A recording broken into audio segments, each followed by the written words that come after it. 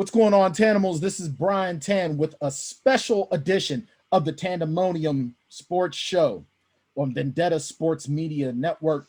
And with me, as always, is Jackson Law. J Law, how are you? Doing great, man. Got something special. Got a great guest Oh, today. man. Excited to get into it, man. Absolutely. Excited. You know what? Without further ado, I'm not gonna do the fanfare. I'm not gonna do anything else over and done with. I would love to introduce to you guys. It's my pleasure to introduce. I'm trying to get it. All right.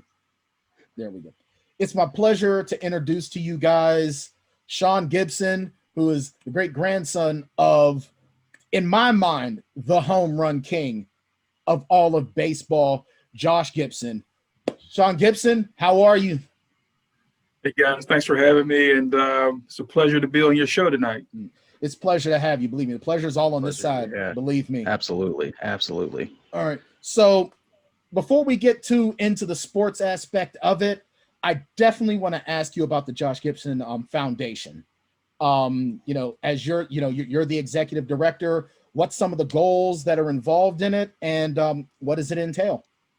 Yeah, so the Josh Gibson Foundation was actually founded by my grandfather, who is Josh Gibson Jr., Josh Gibson's son. And, he came up with the idea of trying to create a foundation to keep his father's legacy alive, but not only his father, but all the other great Negro League Baseball players, as well as the Pittsburgh Crawfords and the Homestead Grays. We feel that we have two of the greatest teams right here in Pittsburgh. And so he was the one mastermind behind that. Once I got out of college from Edinburgh University, I decided to get involved with the foundation. Once I got involved with the foundation, I started adding a lot of our educational components, baseball programs, and things like that. So now we have grown to over 300 kids in our program. We have 3 different sites. We have one in the Hill District and Amman Rec Center. We're also a partner to Pittsburgh Public Schools. So we have 2 in the schools, which is Langley K-8 and Pittsburgh Classical Academy. And our programs range from elementary kids to high school kids, where we do our after-school program for the kids. We partner with Duquesne University, who provides tutors for us. We also have a STEAM program at Pittsburgh Classical Academy, where we partner with the University of Pittsburgh NSBE program. And we also do our Abilities to Men mentoring program.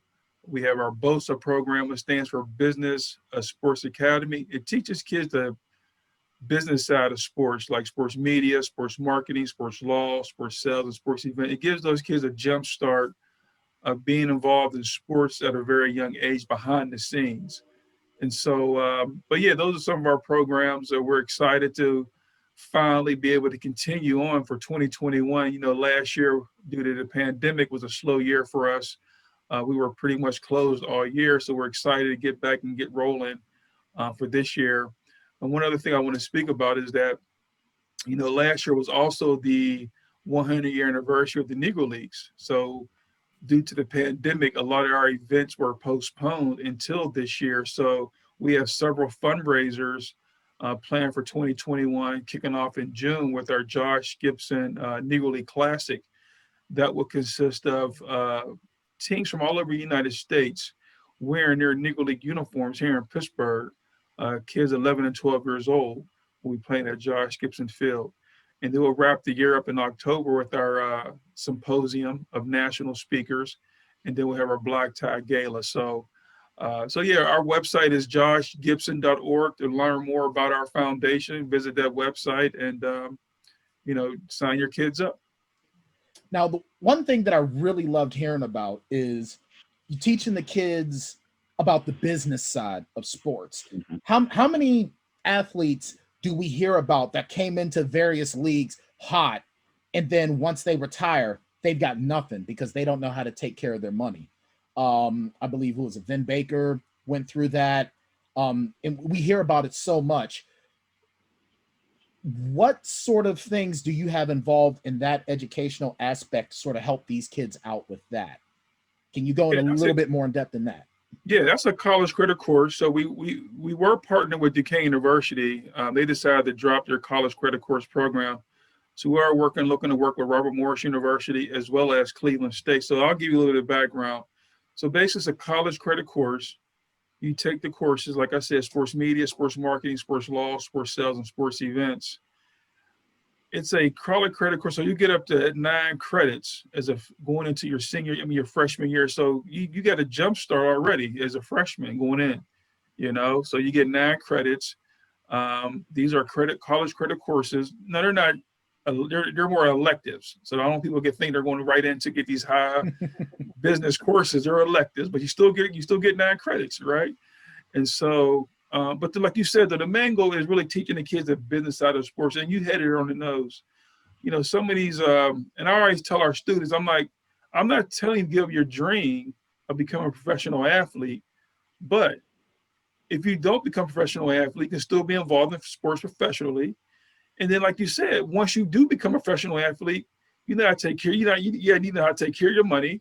And then you need something to fall back on. You look how many guys are sports commentators or agents now that became professional athletes. So it's just that we want to do is give the kid a jump start in a career in case they don't make it in sports or want to be involved in sports and still be on that higher management level. So it's a great opportunity for young people to get involved in and learn the business side of sports. Yeah. Myself being 5'8" and white, I sympathize with all the other kids out there whose dreams of reaching professional sports was never a reality because of our genetic makeup. But yeah, I agree with Bryan. I love that you guys are working on that aspect because, again, there's unathletic people like myself or people that don't necessarily are able to play the sports at a high competition. But we love sports. You've probably got some kids that love baseball, love the game, and maybe their avenue where they can succeed in life is in the business of it at the professional level. So yeah, I really like that. Yeah, it's a great opportunity. And also getting back to what you just said, so what we do is at our baseball field, Josh Gibson Field in the Hill District, we have our kids do the play-by-play. So we're starting off young. Now they're in the booth with an adult, but they're also, they're doing the lineups, they're doing a little play-by-play. So they're getting that experience at a young age. I think that's amazing. I remember because I spent a lot of time on the Hill District as a kid. I went to St. Agnes Elementary that used to be at the bottom of Robinson Street. It's not, I believe the school's closed now. Carlo College took it over. And I went to church on the Hill District at Calvary Baptist Church. So I spent a lot of time up there on the Hill District. So and I worked at the Hill House for a little while too as a younger guy. So, just knowing that there's such positivity of things going on for the youth in the area, that's amazing. That's definitely necessary. So you said now your father had established that. When did he get that started? Grandfather. Your grandfather. I'm sorry. Yeah. So my grandfather is Josh Gibson Jr. and Josh Gibson is my great grandfather. Right. And so Josh Gibson Jr. He started. He got it. What he basically did, he got everything incorporated. He got all the paperwork done. And he got that done in the early 90s. And then once I got out of college, I graduated from Edinburgh University in 95. Once I got out of college in 95, I got involved with the program, with the foundation, I should say. And that's when I added all the educational components. So we started off as just strictly a baseball program. That's what we did first for the first 2 years. And then once we started doing that, we started adding the educational components. And then from there, it just grown from there. So it started off as just strictly a baseball program. And that was usually our carrot to bring the kids in. Once we got the kids involved and they liked the program, then we start hitting them with their homework and bring your report cards. And here's this program. We grew from that. So it was a process. But that was our goal, is to get as many kids as possible to believe in the program, and also give them a little bit of history about Josh Gibson as well. Now, the one thing, I couldn't have done a better segue than that. I'm sure we'll go back to the foundation shortly, but I definitely want to ask you, as far as the legacy of your great grandfather, the great Josh Gibson, what is with Major League Baseball finally saying, we got our heads out of our behinds. We're finally going to canonize and recognize what these men did. What does that mean to you, to the legacy of the great Josh Gibson? Well, first and foremost, it's an honor for Major League Baseball to, I guess, they finally recognize these great men's talent. But I'm speaking on behalf of myself and other Negro League family members because we all keep in touch. You know, the one thing I will say is this, is that we always considered our descendants and our relatives as major leaguers. They just didn't play Major League Baseball, you know? And so now I will say this, the naysayers out there, right? You always have these naysayers about, oh, well, you know, their stats weren't that great. They played against no great competition. And my argument is, what made you think Major League Baseball competition was great back then? Now, I mean, the Negro Leagues, their company might have been better than the Major Leagues. Absolutely. So, that's why they were kept out. Right. And so, but I'll say that it's a great honor. You know, now it won't be in Negro Leagues and Major Leagues. It won't be black and white. So now when we talk about Josh Gibson, you know, you can say Josh Gibson considered one of the greatest baseball players, period. Right. You know, and 1943, Josh Gibson had the single season batting average of 441. If that holds, he'll have this only record, the singles that'll break everybody's record. He'll be the top of the line at 441. Right now, he is second overall in batting average behind Ty Cobb. And then he is fifth overall in on-base percentage. And so, you know, we'll take those awards. He will not be in the category for home runs is because of that. And that's the number one question I've been asked. That was going to be my next question. What's going to happen with his home runs? Well, right now he's only about 300 and something home runs. And the reason why is because, you know, the Negro Leagues, they play baseball all year round. So his stats in the Negro League are consist of Negro League play, exhibition play, barnstorming play, as well as Caribbean. Right. And so they're not counting the Caribbean. They're just not counting the exhibition. They're only counting the Negro League games. And that only consists of about 60 to 70 games a year. And so, but like I tell everybody, if it came down to me having one category, which is the home run, or would I take 3 or 4 categories, I'm taking the 3 or 4. Yeah. And no one can take away the fact that the man hit between 800 and 900 home runs. Right. Period. Right. And the way I look at it is, it wasn't his choice not to play in the majors. Kennesaw Landis made that choice for them.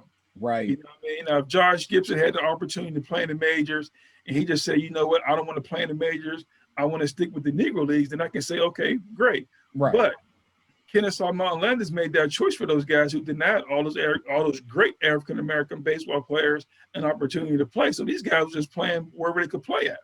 Right. Absolutely. Couldn't said it better myself.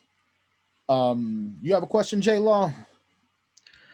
Or because I'll just keep going if you don't ask the man a question. Yeah, no, I mean, go ahead and keep going. I got a question, but it'd probably be better for later. All right, fine. You know, I guess my next question then would be, were there any stories about Josh Gibson that sort of got passed down between the generations that I guess that a lot of folks don't know? Yeah, I mean, there's a lot of stories about Josh. I mean, and the stories that I like to tell is more the stories off the diamond because everybody knows about his home run and his baseball talent, his home run greatness. Well, there's one story is that, I don't know, people may or may not know, your listeners, you know, Josh was a single parent. His wife died giving birth to their children. They had twins, boy and a girl, and the boy and girl are actually named after the parents. So his wife's name was Helen and his daughter's name was Helen, and of course, Josh and Josh Jr. But the one thing about it is that when he finally made it to the hospital, he actually wanted the doctor to save his wife and let the children go. But it was already too late. And so, you know, here you got he was 19 years old when he had his kids. And you talking about a kid 19 years old. Now he's a single father trying to play baseball during segregation. So it was rough back then for him, but he went through it. He made it through. He was a great dancer. You know, he loved to be around his family. He was very into etiquette. You know what I mean? He was very into etiquette, especially with the ladies in the family. He's always was real neat type person and always made sure that the table settings was right. And from what I was told, when he played we played in the Caribbean League, he always brought back souvenirs from over the Caribbean. But, you know, just a guy he was definitely a family man. So those are some of the great stories about Josh Gibson. Now there was a film. Now there was a HBO kind of made for TV film that came out where Michael T. Williamson played your great grandfather. Love of the Game, which also had Delroy Lindo, Satchel Paige, and the great Blair Underwood as Jackie Robinson. Was there animosity that you know of between Josh and Jackie Robinson because Jackie got selected and he didn't? That movie was called Soul of the Game. Soul of the Game. Right. And that movie, it was because it made it seem like Josh had like mental issues and things like that. But there was, first of all, my grandfather Jr. said Jackie Robinson didn't even hang out with those guys. Jackie Robinson was way younger than those guys. I know it's made for TV. They made because of course Jackie's name, but Jackie was a lot younger than those guys. He didn't hang around those guys like that. Now Satch and Josh were great friends, but that was just made for TV, man. And I learned that a long time ago, how made for TV can definitely embellish things for the audience. Right. Yeah, and I had a feeling that was the case because like you already said, that they have to do everything they can to get people to watch and get into it. But I mean, it's just one of those things where was there any animosity? But I mean, if he's that much younger, I mean, it kind of makes sense though that you would have the younger guy being there. So it had nothing to do with any sort of behavior, the way they tried to show it that's what upset me about that film, is how they tried to portray him as far as behavior and other issues like that. So but like I said, I don't think he even knew Jackie. He already knew of Jackie Robinson. You know what I mean? You figure Jackie Robinson was young. He played 1 year. Right. Those guys didn't really know Jackie unless now if he played for the Crawfords or the Grays, then that'd be different. He played for the Monarchs. So right. They only played a couple of times a year. So his crosses with Jackie was very few. Right. That's one of those. Y'all hear about Jackie Robinson? Never heard of her. All right. So Jackson, you had a question for our special guest here on the Tanndemonium Sports Show, Mr. Sean Gibson, the great grandson of the home run king, in my opinion, Mr. Josh Gibson. Go ahead, Jackson. Yeah. So we kind of talked about it a little bit before we started recording, and just, doing some research and reading up about the Josh Gibson Foundation beforehand. Can you talk a little bit more about your campaign, the foundation's campaign for renaming the MVP after your great grandfather? Yeah, for sure. So right now we have a campaign going on, #JG20. MVP is our hashtag. And what that is that, so for the listeners who may not know, Kennesaw Mountain Landis was a commissioner of Major League Baseball from 1920 to 1944. He was a commissioner who denied African Americans an opportunity to play in the major leagues. And so this past summer in 2020, Barry Larkin, Mike Schmidt, and Terry Pendleton decided as former MVP players that Major League Baseball and the Baseball Writers Association should remove Kennesaw Mountain Landis' name off of the MVP award. And at that time, everything was going on with the George Floyd killing and all the other killings that was going on, the Black Lives Matter, and there was several monuments and statues of people dealing with the slaves back then were then being removed. And so this past October, step one has been taken. The Baseball Writers Association did remove Kennesaw Mountain Landis' name off the MVP award. And so now the three candidates for renaming the award are Branch Rickey, Frank Robinson, and Josh Gibson. And so, when we heard about that, we said, well, I told my board and I told my committee, I said, hey, we just found ourselves in a race. Let's see how we can win it.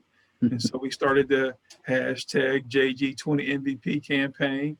You can go to our website, which is the same name, jg20mvp.com, learn more about the campaign, sign a petition, see all the great quotes from different Major League Baseball players and former Negro League Baseball players. Because that's really what it is, man, just bringing awareness and trying to get it. But I will say this before we close up on that.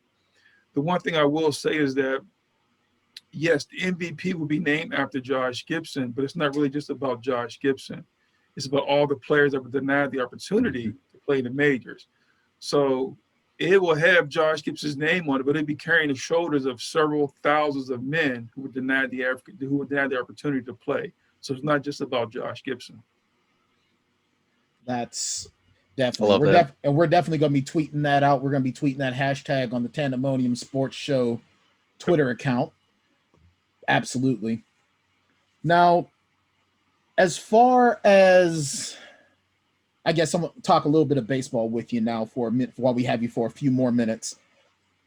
When everything came down with Barry Bonds going for the home run record, and Barry Bonds, at least, he's given credit to Josh Gibson, and giving him that mindset. Just in your opinion, these guys couldn't have held a candle to Josh Gibson. Like, let's just be real.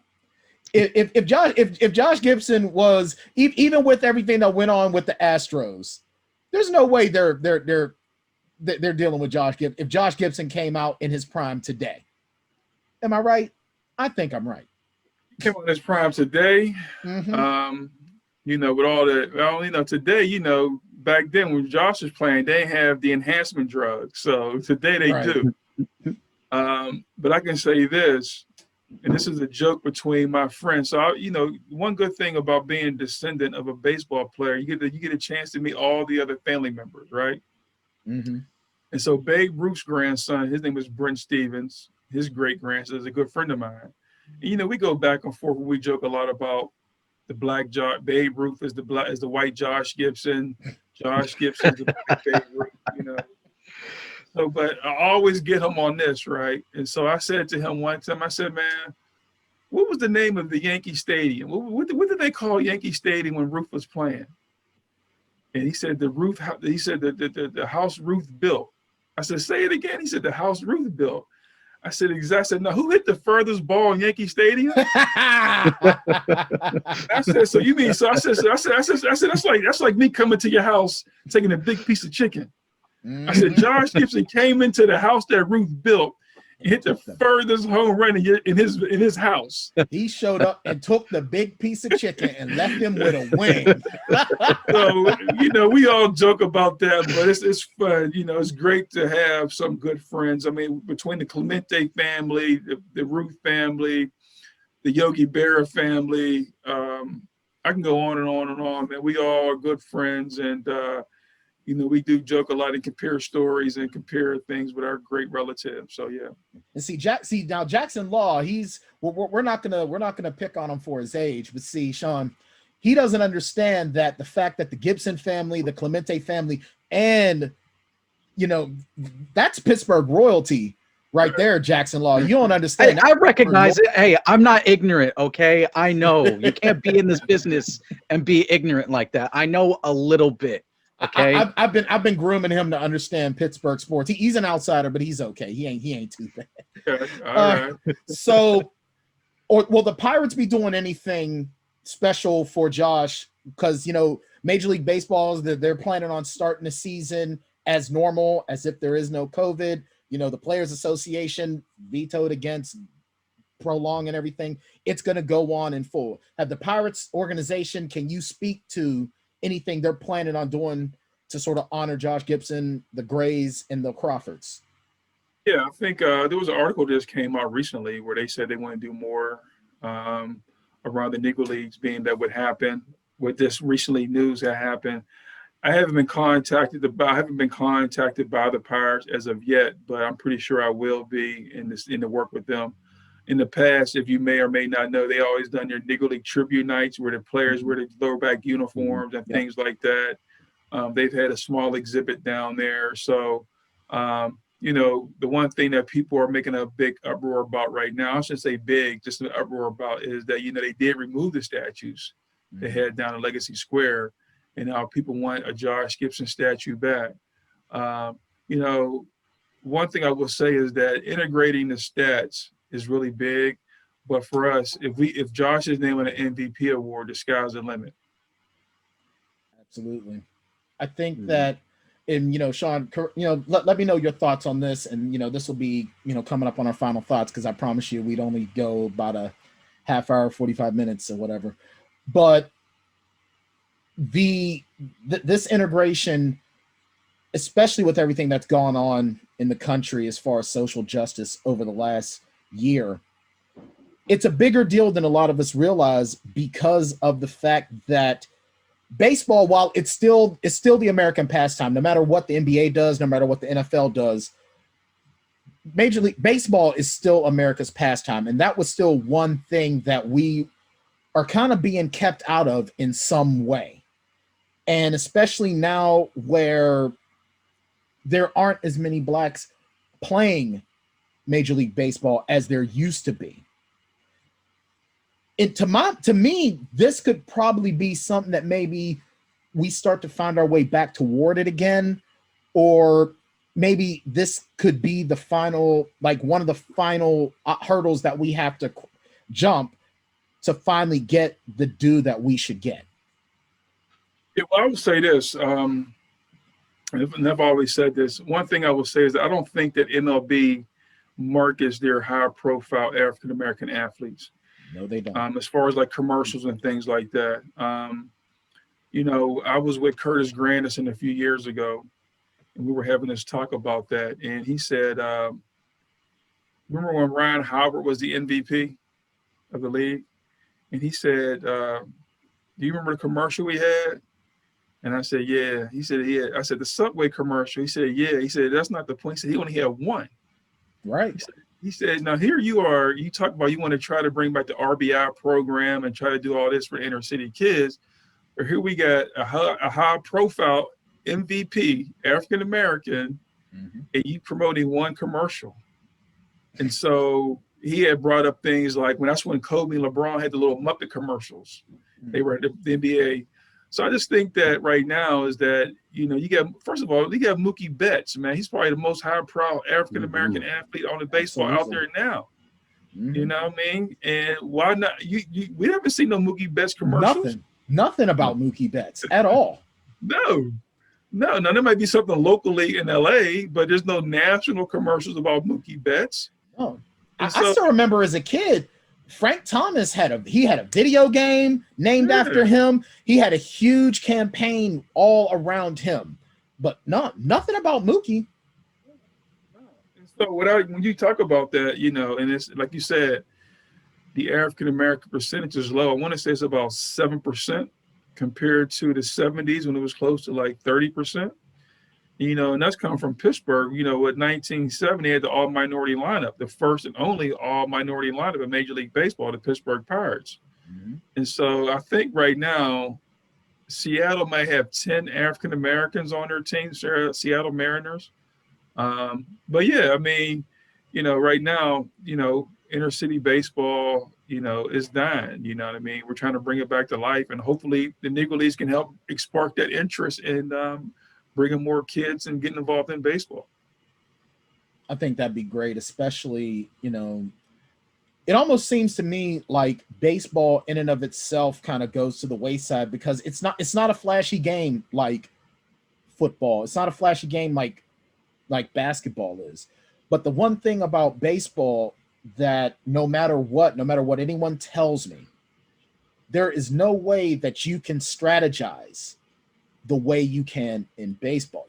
Basketball strategy is nowhere near, maybe with football in some ways, but it's still not the same. You need a particular strategy. I remember the film Little Big League, when that kid wanted to manage and they started really grinding him. Well, what are you going to do in this situation and that situation? And every time he gave an answer, they tried to come off on him with that, and he always had a way around it. Baseball is all about strategy, and it's also one of the ultimate one-on-one, pitcher versus batter. Yeah. So I commend you 100%. Not just doing so much positive here in Pittsburgh, because definitely that's where it's at. But for the education aspect of it, that's definitely something more that we need. And congratulations to you and your family for this for Major League Baseball finally recognizing something that it shouldn't have never had to be that way.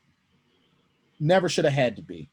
Now, everything happens for a reason. So we're, the timing. It's sad that all the players are dead. Yeah. But it's better, as they always say, it's never too late. So it's better late than never. Right. And is there anything else that you can speak to that might be coming in this year, whether it be from Major League Baseball or maybe even more shall we say recognition from Hollywood that you know of, like maybe more of a focus on Negro League stories? Yeah, I mean, of course, Major League Baseball will be doing some things this year because, like I said, due to the pandemic, they couldn't do everything they wanted to do last year. So there'll be several things going around to continue the celebration. They're calling it the Negro Leagues 101. So there'll be several teams still doing the Negro League tribute nights and recognizing those guys and in those cities that had great Negro League teams. Of course, we'll be doing our stuff next year. We got several things going on in Pittsburgh. They're doing new banners on the Homestead Grace Bridge that was supposed to be done last year. They're going to be done this year. We got several things going on in the city. So, Pittsburgh is the mecca of the Negro Leagues. People try to say Kansas City because of the museum, but we had two of the greatest teams right here in Pittsburgh, man. So you can't get no better than that. And Josh played for both of them. So, yes, he did. Yep. But for us, we got these are MVP campaign T-shirts. You can buy them and support us. They're on our website, jg20mvp.com. But yeah, man, we just excited, and I'm hoping we don't get through this. I hope we can get through this pandemic, man. I hope we can get a good year in. I mean, last year was rough, man. So hopefully we can get this vaccine, get everything somewhat back to normal. We can get into larger crowds and start having gatherings and baseball games at fans and stuff like that. So we just want to get back into a great year, man. Absolutely. You know what, Sean, thank you so much for taking time out of your day. I know you got so much going on, and we definitely want to keep touch with you as well. Maybe, we have you come back when there's something new to discuss. And especially, at least me personally would definitely like to, come out when you start having events for the Josh Gibson Foundation, and at least just be there for support and just be, Vendetta Sports Media, be happy to have some boots on the ground to put out there what you guys are doing, because hey, and you can count on Vendetta too. We'll hop on that campaign. We're small, we're growing, but we'll use every resource we got and all the power that we have. We'll help push it, because I like what you said, not just because about the name, but because of the weight that is carried with it. And just from a baseball perspective, there may not be another player more deserving, purely from a player perspective, than Josh Gibson to have the honor of his name being attached to that award. Absolutely. Yeah, if you go to the website, there's a petition you can sign that, share that petition to your people, to your friends. We'll post that in the description for the video. We post this on YouTube. That'll definitely be in the description for it. Oh yeah, absolutely. So you know what, Josh? Sean. Sorry. When we listen, you're not the first, it won't be the last. So all right, so guys, thank you so much for joining us. The great Sean Gibson. Finally, it's not Major League Baseball in the Negro Leagues. It's baseball. It's about time.